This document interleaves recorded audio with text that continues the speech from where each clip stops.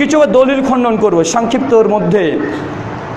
যেসব ব্যক্তি বলে যে কোরআনে তো জাবার জের পেশ, এটা তো বিশ্বনবীর যুগে ছিল না, এটা পরবর্তী সময়তে তৈরি করা হয়েছে, তো কোরআন জাবার জের পেশ দেয়া এটাও একটা বিদাত, বলে কি বলে না? বলে। আমাদের দাবিগুলো বিদাত নয়, কেন? আমাদের কাছে দলিল কি আছে? দলিল আছে। সুনান তিরমিজি কিতাবুস সুন্নাহ হাদিস নাম্বার 2676, সুনান আবু দাউদ কিতাবুল ফিতান হাদিস নাম্বার 4607। আল্লাহ রাসূল মুহাম্মদ সাল্লাল্লাহু আলাইহি ওয়াসাল্লাম সাহাবীদেরকে বলছে যে আমার মৃত্যুর পর ইখতিলাফুন কাসীরা, তোমরা দেখবে অসংখ্য ইখতিলাফ। তখন কি করবে? ফালাইকুম বিসুন্নতি, তখন তোমরা আমার সুন্নাতকে আঁকড়িয়ে ধরো, ও সুন্নাতে খলাফা রাশিদিন ও মাহাদিন, এবং আমার খলিফাদের সুন্নাতকে আঁকড়িয়ে ধরো। তার মানে বোঝা গেল যে আল্লাহ রাসূল বলছেন যে এখন ইখতিলাফ হবে, মতপার্থক্য হবে, কাকে ধরতে হবে? বিশ্বনবীর সুন্নাহ আর খোলাফায়ে রাশিদিনের সুন্নাহ। এবার তাদেরকে প্রশ্ন করেন কোরআনে জাবার জের পেশ এটা কার আমলে হয়েছে?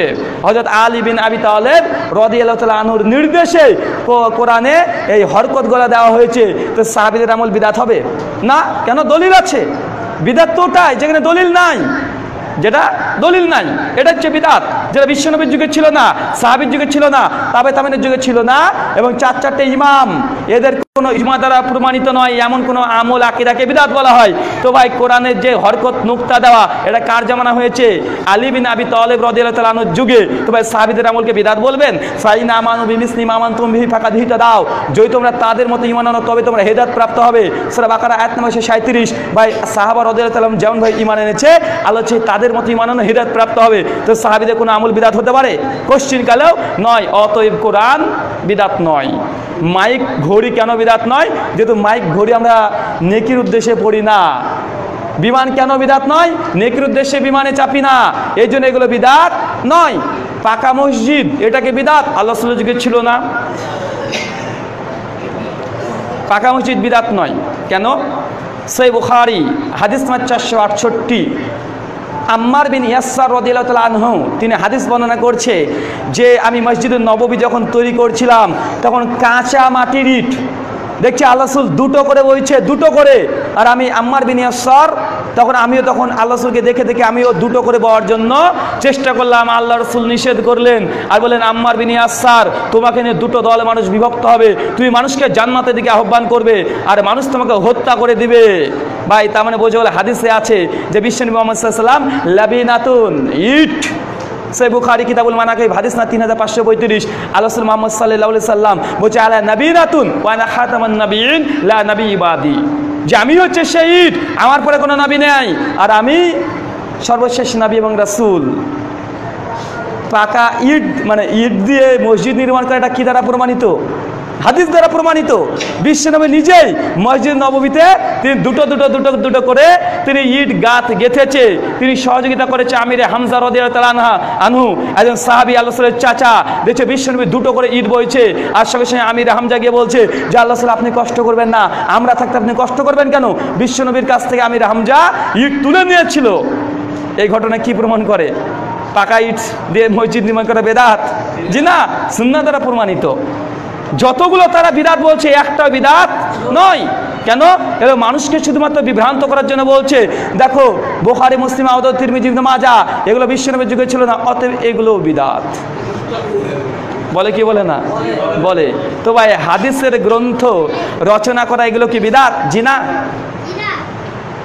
সুনান আবু দাউদ কিতাবুল ইলম হাদিস নাম্বার 3646 আব্দুল্লাহ ইবনে আমর রাদিয়াল্লাহু তাআলা আনহু বলছেন, কুনতু উকতুবু কুল্লা শাইয়া আসমাউ মিন রাসূলুল্লাহ সাল্লাল্লাহু আলাইহি ওয়াসাল্লাম, আল্লাহ রাসূল যে কথাগুলো বলতেন আমি আব্দুল্লাহ ইবনে আমর প্রত্যেকটা কথা লিখে ফেলতাম। মানে আল্লাহ রাসূল যত কথা বলতেন তিনি সব লিখে ফেলতেন। কে? আব্দুল্লাহ ইবনে আমর। মানে হাদিস লেখা সাবিত হলো এটা বিদআত নয়। সাহাবীরা হাদিস লিখেছে, তো সাহাবীদের আমল বিদআত বলবেন?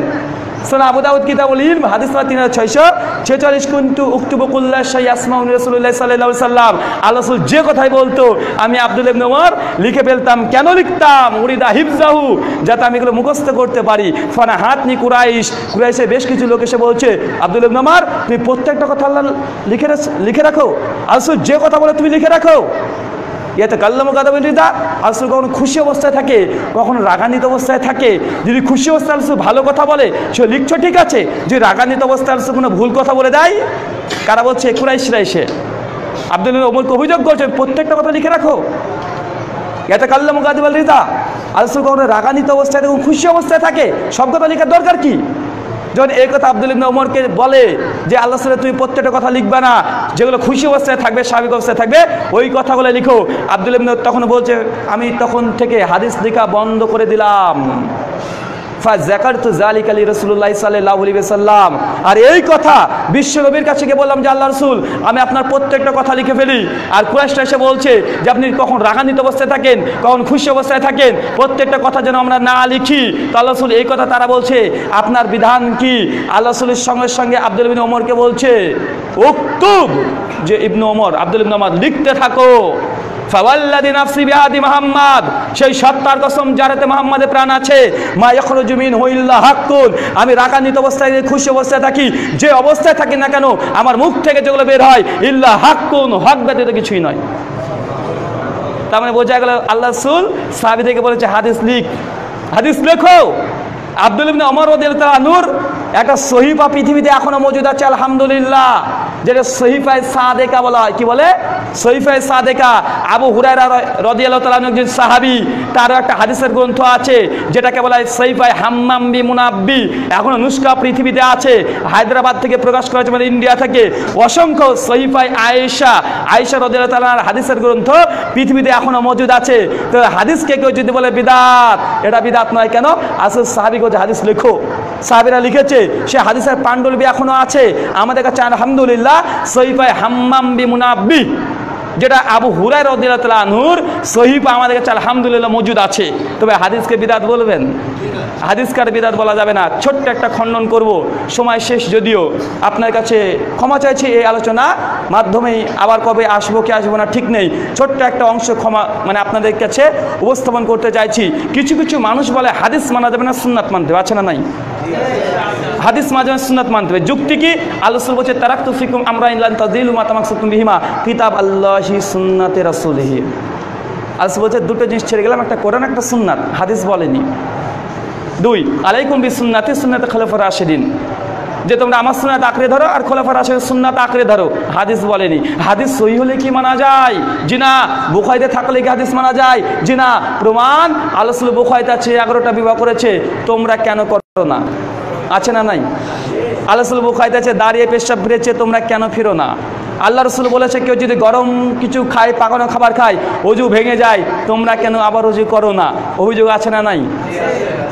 সংক্ষিপ্ত জবাব এই, যারা বলছে হাদিস মানা যাবে না সুন্নাত মানতে হবে, তাদের দাবিতে সম্পূর্ণ ভিত্তিহীন। কেমন? হাদিস মানে কি? হাদিস মানে সমস্ত উলেমারা একমত, আল্লাহ রাসূলের কথা, আল্লাহ রাসূলের কাজ, আল্লাহ রাসূলের সমর্থন, তিনটে জিনিসকে একত্রিত হাদিস বলা হয়। সুন্নাত কাকে বলে? আল্লাহ রাসূল যে কাজ করেছেন এটাই সুন্নাত। দাবি কি? হাদিস মানা যাবে না, সুন্নাত মানতে হবে। সুন্নাত কাকে বলে? আল্লাহ রাসূল যে কাজ করেছেন এটা সুন্নাত, মনে রাখেন। হাদিস কাকে বলে? আসলে কথা, কাজ, সমর্থন। দাবি কি? হাদিস মানা যাবে না, সুন্নাত মানতে হবে। আসেন এবার জবাব আমাদের, যারা বলছে হাদিস মানা যাবে না সুন্নাত মানতে হবে। সুন্নাত কি? আল্লাহ রাসূল যে কাজ করেছেন সেটাই সুন্নাত। অতএব আল্লাহ রাসূল 11টা বিবাহ করেছে, এটাই সুন্নাত, তোমরাই পালন করো। এবার একটু চিন্তা করেন জবাবটা কেমন দিলাম। ওরা বলছে হাদিস মানা যাবে সুন্নাত, মানে সুন্নাত কি? আল্লাহ রাসূলের কর্মটা সুন্নাত। আল্লাহ রাসূল 11টা বিবাহ করেছে, তোমরাই করো, আমাদেরকে বলছো কেন রে ভাই? আসল দাঁড়িয়ে পেশাব ফিরেছেন, এটা আসলে কর্ম কি কর্ম নয়? তাই এটাই সুন্নাত, তোমরা পালন করো। সুন্নাতের সঙ্গে আল্লাহ রাসূল যে কাজ করেছেন এটাই সুন্নাত, তো তোমরা করো। মানে আমাদেরকে যে অভিযোগগুলো করছে সবগুলো ওদের ঘাড়ে চাপিয়ে দেন, সবগুলো 100% ফিট হয়ে যাবে। কেন? সুন্নাত আসলে কাজ। যারা বলছে হাদিস মানা যাবে না সুন্নাত মানতে হবে, আর একটা জবাব, ভাই বলুন তো আল্লাহ রাসূল এই মুখ দিয়ে জান্নাতে বর্ণনা বলেছে কি বলে নাই? জান্নাতে বর্ণনাগুলো হাদিস না সুন্নাহ? হাদিস। যারা বলছে হাদিস মানা যাবে না সুন্নাত মানতে হবে, ওকে বলেন তো মৌলভী সাহেব এই জান্নাতে বর্ণনা বিশ্বনবী যেগুলো বলেছেন এই হাদিসগুলোকে অস্বীকার করেন, এগুলো তো হাদিস না, এগুলো সুন্নাহ। ভাই জাহান্নামের বর্ণনা বিশ্বনবী বলেছেন কি বলেন নাই? এগুলো হাদিস না সুন্নাহ? হাদিস। বলেন জাহান্নামের বর্ণনা অস্বীকার করে দেখান। কিয়ামতের আলামত বিশ্বনবী ভবিষ্যৎবাণী করেছেন কি নাই? এগুলো হাদিস না সুন্নাহ? হাদিস। অস্বীকার করে দেখেন কবরের আযাব, এগুলো হাদিস না সুন্নাহ? কবর আযাব যে বর্ণনাগুলো আছে হাদিস। তো অস্বীকার করে দেখেন। আল্লাহর শারীরিক গঠন, আসলে দেখতে কেমন ছিলেন, তার চোখ কেমন ছিল, তার শরীরটা কেমন ছিল, কিভাবে চলতেন, কিভাবে বসতেন, কিভাবে খেতেন, কিভাবে হিলান দিতেন, বা আছে না নাই? শামাইলে তিরমিজি গোটাটাই কিসের কিতাব? হাদিসের কিতাব। যারা বলছে হাদিস মানতে হবে, সুন্নাত মানতে হবে, তাকে বলেন অস্বীকার করে দেখেন। এটা বলছে হাদিস সুন্নাত মানতে হবে, এটা তো ভিত্তিহীন দাবি, এটা ভিত্তিহীন দাবি। মনে রাখবেন সমস্ত হাদিস মানা সম্ভব, সমস্ত সুন্নাত মানা সম্ভব নয়। সমস্ত হাদিস মানা সম্ভব। বা বিশ্বনবী 11টা বিভাগ করেছেন। এই হাদিস আমরা মানি কি মানি না? এই হাদিসের উপরে আমাদের আমল আছে না নাই? জি আছে। ওনারা বোঝেন না, তার জন্য অভিযোগ করে। ওনারা ভাবছেন 11টা বিবাহ করেছে আল্লাহ রাসূল, আমরা এই হাদিসের উপরে আমল নাই। কেবল আমল নেই, আছে আমল। ভাই আমল দুই ধরনের। কয় ধরনের? একটা হচ্ছে অন্তর দিয়ে বিশ্বাস করে আমল, কেমন নয়? ভাই ফেরেশতাকে বিশ্বাস করেন হাত পা দিয়ে? ফেরেশতা পরে ঈমান আনতে হয় না ভাই? আকীদা রাখতে হয় না? তো ফেরেশতাকে হাত পা দিয়ে আমরা ঈমান নিয়ে আসি। জান্নাত জাহান্নামের ঈমান আনতে হয় কি হয় না? আনতে হয়। বা ঈমানের যে রুকুনগুলো আছে, আল্লাহকে বিশ্বাস হাত পা দিয়ে করতে হয়, কিতাব সময়ের প্রতি হাত পা দিয়ে বিশ্বাস করতে হয়। তো আকীদা নির্ভর করে কিসের উপরে? অন্তরের উপরে নয়? মানে কিছু বিশ্বাস করলে আমলে কি হয় না? উত্তাকুল্লাহ, আল্লাহকে ভয় করো। বা ভয় কিসি দিয়ে আমরা করি? অন্তর দিয়ে। তাওয়াক্কুল কি দিয়ে করি? অন্তর দিয়ে। তো আল্লাহ রাসূল যে 11টা বিভাগ করেছেন, এটা বিশ্বাস করি কি করি না? করি। আমল হয়ে গেছে। হুজুর বোঝেননি। বা বিশ্বাস করে ইবাদত কি ইবাদত নয়? ইবাদত। আসল দাঁড়ে পিছনে ফিরেছেন, বাট ইবাদত কি ইবাদত? মানে আল্লাহর সাথে ফিরেছেন, এটা বিশ্বাস করি কি করি না? এ বিশ্বাস করি ইবাদত হয়ে গেছে। উনি মনে করছেন যে ইবাদত মানে হাত পাতে সব করতে হবে। তো ভাই এই জান্নাত জাহান্নাম এগুলো কি করার জিনিস না গ্রহণ করার জিনিস? গ্রহণ করার জিনিস। তো ওনারা মনে করছেন যে আমল মানে হাত পা দিয়ে করতে হবে। তো সার্বিকভাবে তাদের এই যে অভিযোগ, এটা সম্পূর্ণ ভিত্তিহীন। তার জ্বলন্ত দলিল বা সুনান আবু দাউদ, সুনান তিরমিজি, সুনান ইবনে মাজাহ, সুনান নাসাই, 4খানা সুনানের গ্রন্থ আছে না নাই? তো ভাই বলুন তো এই 4টে সুনানের গ্রন্থে কি শুধু হাদিস আছে না শুধু সুন্নাতি আছে? হাদিসও আছে, সুন্নাতি আছে। তাহলে বোঝা গেল মুহাদ্দিসগণরা জানতেন না হাদিস আর সুন্নাতের মধ্যে পার্থক্য আছে। এখন বাংলাদেশের কিছু আলেম বুঝে নিয়েছে, বা এটা হচ্ছে হাদিসকে অস্বীকার করার একটা চোরাগুলি উন্মুক্ত করছে। এইসব মানুষ থেকে সাবধান থাকবেন। হাদিস আর সুন্নাতের মধ্যে সালাফদের মধ্যে কেউ ইখতিলাফ করেনি। দুটো দলিল। ইমাম আবু হানিফা রাহিমাহুল্লাহ বলছেন, ইজা সাআল হাদিসু ফাহুয়া মাযহাবি, যখন সহিহ হাদিস পাবে তখন আমার মাযহাব। ইমাম আবু হানিফা মাযহাব কোনটা করছে? হাদিসকে না সুন্নাতকে? হাদিসকে। ইজা সাআল হাদিস, যখন সহিহ হাদিস পাবে তখন আমার ওটাই মাযহাব। ইমাম আবু হানিফা রাহিমাহুল্লাহ বলছে হাদিস আমার মাযহাব। তাদেরকে জিজ্ঞেস করেন শরীয়তের হুজ্জাত দলিল কয়টা? তারা বলবে কোরআন, হাদিস, ইজমা, কিয়াস। এবার হাদিস বলিস কেন? কোরআন আর সুন্নাহ, ইজমা, কিয়াস বলেন। বুঝাতে পারিনি। তার দলিল কয়টা বলে? 4টে। কোরআন, হাদিস, ইজমা, কিয়াস। তো হাদিস বলছে এখানে সুন্নাহ বলেন, কোরআন, সুন্নাহ, ইজমা, কিয়াস। তো এইভাবে অসংখ্য জবাব দেওয়া যায়। তো ভাই তাদের দাবি যে ভিত্তিহীন, এটা আশা করি আপনারা বুঝতে পেরেছেন। মহান সত্তা আল্লাহর কাছে এই দোয়া, এই প্রার্থনা, আল্লাহ সুবহানাহু ওয়া তাআলা তোমাদের সকলকে হক বোঝার তৌফিক দান করো।